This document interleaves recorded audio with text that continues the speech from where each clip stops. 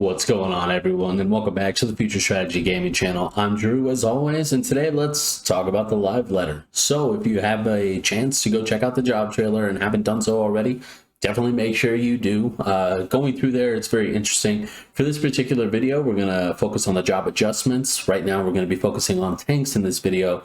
I am not writing the script for this. I want this to be a little bit organic, so let's take a look at it and see what's going on.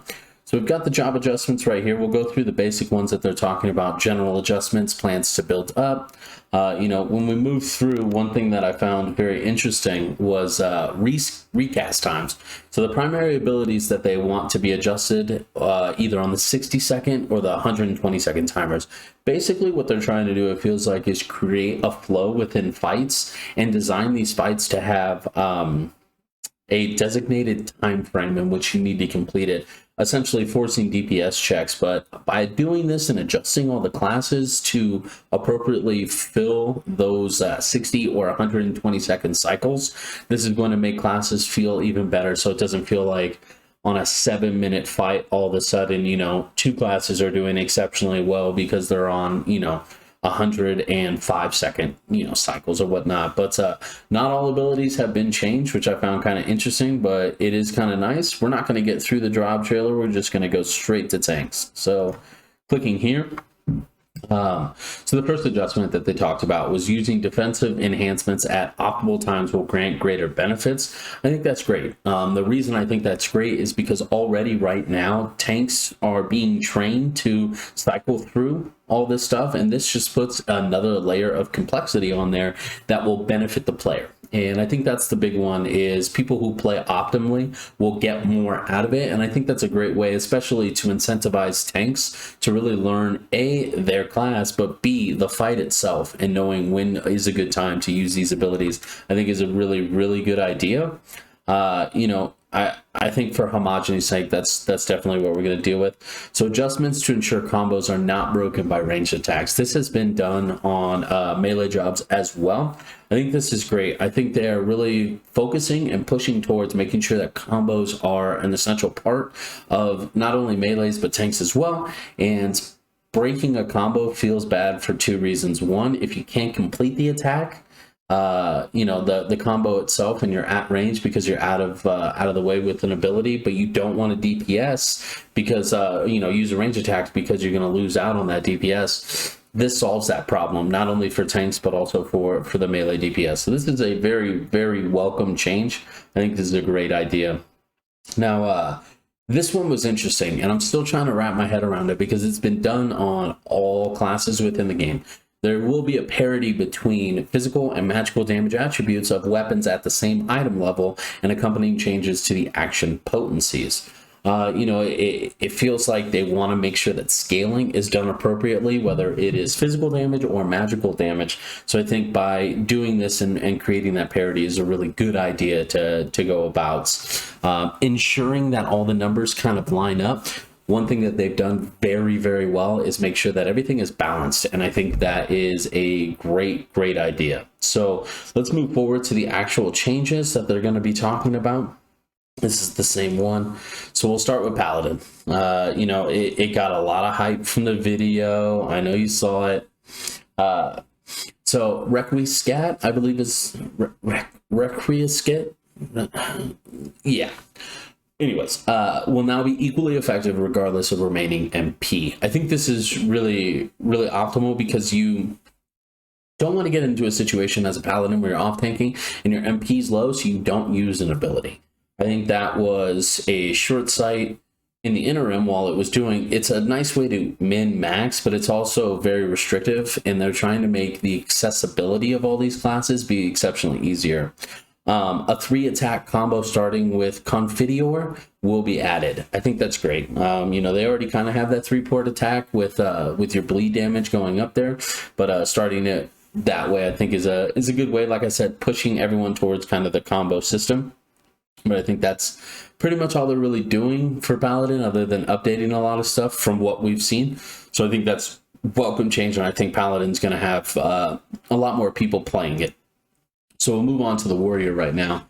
Damage up effects can now be triggered and extended by AoE combos. So we saw that they're doing this with the monk as well, and this is a great change. And the reason for it, if you haven't played warrior, we're going to talk specifically about warrior.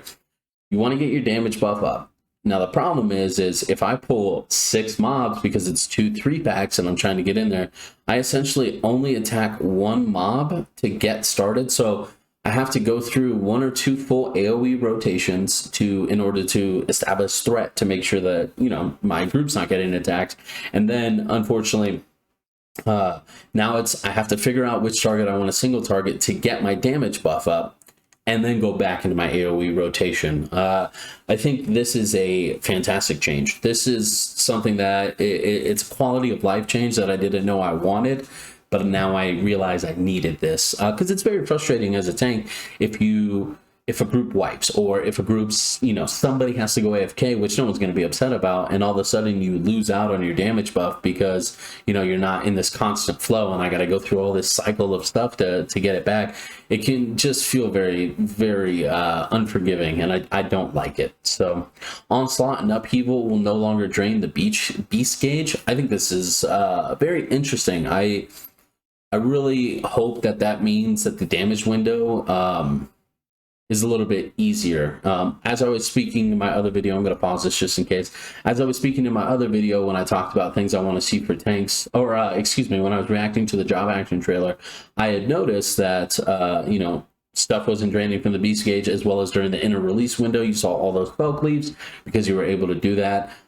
You know, one thing I've noted warriors need is outside of their inner release window, they need to have more consistent damage to be more used when it comes to progression. Because the problem is you get this great spike of damage that rivals most DPS spikes, like their ramp ups, and then you're just kind of like not a wet noodle, but it does not feel very fulfilling in between.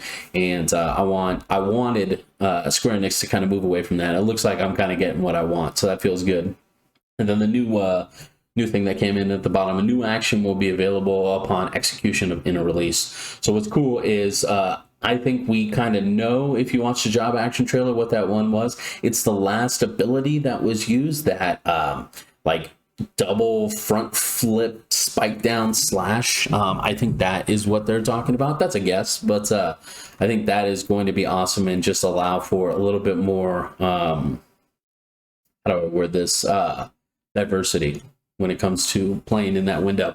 All right, so Dark Knight, I know based on the job action trailer, people aren't stoked. It feels like Scholar and Dark Knight were the two kind of left out. I think what's on the screen right now in yellow is probably the best change. I don't have Dark Knight unlocked. However, I've played with a lot of Dark Knights. My Static has one. One of my buddies used to main one. And the Salted Earth change going immediately under you is fantastic. I think, you know, I later on in the letter, they talked about AoE ground targeting and how it's going to be changing.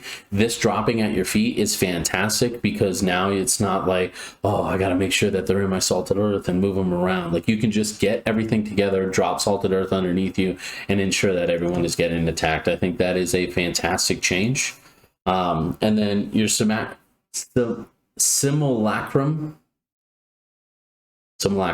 will also get a new action when you acquire one of the new job abilities. That to me is, you know, during leveling, you're going to get a new ability that your Shade is essentially going to have as well. I think we all kind of figured that was coming, because a lot of this class, you know, revolves around, revolves around kind of that gameplay mix of having both of these two together, which I think is really great. I think that's really going to work well. Now, Gunbreaker, I have my Gunbreakers at 68. And I gotta be honest, it's got too much going on. Like way too much going on. So an entry-level tank, somebody who comes in, it's very complex. It's super complex. And, you know, Final Fantasy VIII being my favorite game, of course I want to play Gunbreaker. Squall's the man, you know? So, this change right here, the Savage Claw and Wicked Talon will now swap with Gnashing Fane on the hotbar, reducing the number of inputs. So essentially, it feels, or it sounds like, I'm not going to confirm this, but, you know, don't quote me on this. It sounds like when you're in PvP and you have a combo where the button essentially changes after you've hit the button. this is a welcome change. There's already so much going on. Like, even if at 60, when you get Gunbreaker unlocked, you spend like 10 minutes trying to figure out all your bars because there's so much going on. I didn't get my wish on the self-sustain, it sounded like, but I think this is a very welcome change. And again, I think Square Enix is pushing not only tanks, but other classes into the accessibility category, allowing people who, you know, on a scale of 1 to 10, every class should be able to perform at a 5, at a minimum. And it felt like if you didn't know what you were doing, you were playing at a 3.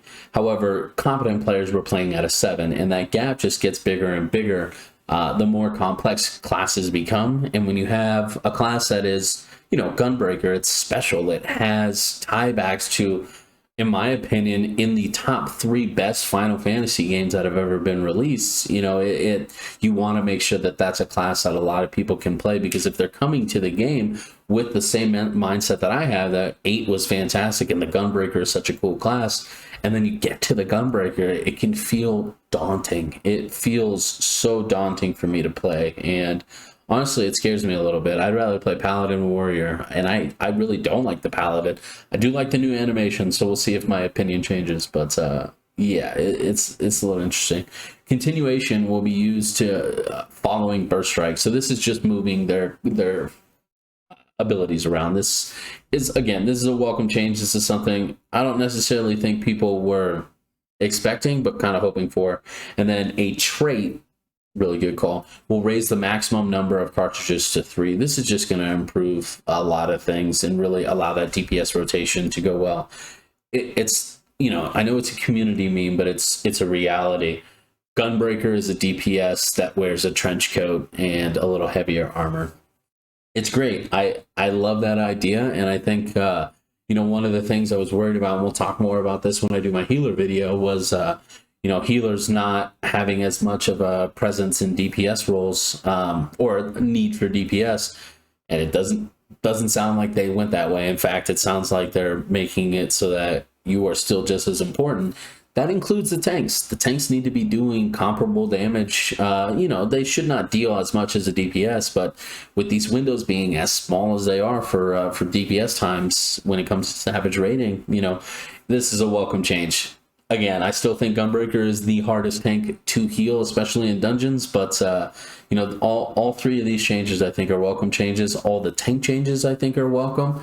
And I was kind of hoping that the role actions might change a little bit and they'd get a little bit more defensive focused. That might go back to what they said about, you know, optimization about when you pop your cooldowns. But, you know, I think overall, I think the tanks are in a really good space. And I think going into Shadowbringers, tanks were like, oh man, this is difficult. And they made the accessibility and the ease of tanking substantially greater. You know, threat is almost a non-issue for the most part.